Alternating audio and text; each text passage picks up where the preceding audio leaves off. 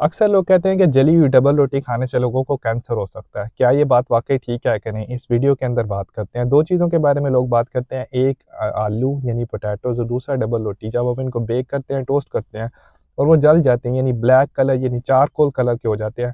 तो जब इनको आप बेक टोस्ट कर रहे होते हैं तो केमिकल रिएक्शन की वज़ह से, स्टार्च की वज़ह से अंदर एक केमिकल प्रोड्यूस होता है जिसे एक्रिलामाइड, जो कि अक्सर लोग इसको कार्सिनोजेनिक बोलते हैं। उसके लेवल्स इस कदर तक हाई हो जाते हैं कि लोग कहते हैं ये कैंसर कॉज़ कर सकते हैं।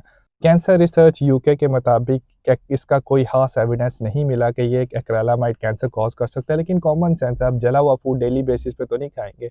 और अक्सर लोग कहते हैं कोई एक ख़ास फूड आप खा लें, सुपर फूड, जो कि आपको कैंसर से बचा सकता है, जो कि बिल्कुल गलत है। अगर आप अपने आप को कैंसर से बचाना चाहते हैं, एक कि अपनी हेल्थी डाइट मेंटेन रखें जिसमें फ्रूट्स और वेजिटेबल का इस्तेमाल ज़्यादा करें, प्रोसेस्ड फूड का इस्तेमाल कम करें, रेड मीट का इस्तेमाल कम करें, सॉल्ट और शुगर का इंटेक कम रखें, अपना हेल्थी बॉडी वेट मेंटेन रखें, एक्सरसाइज़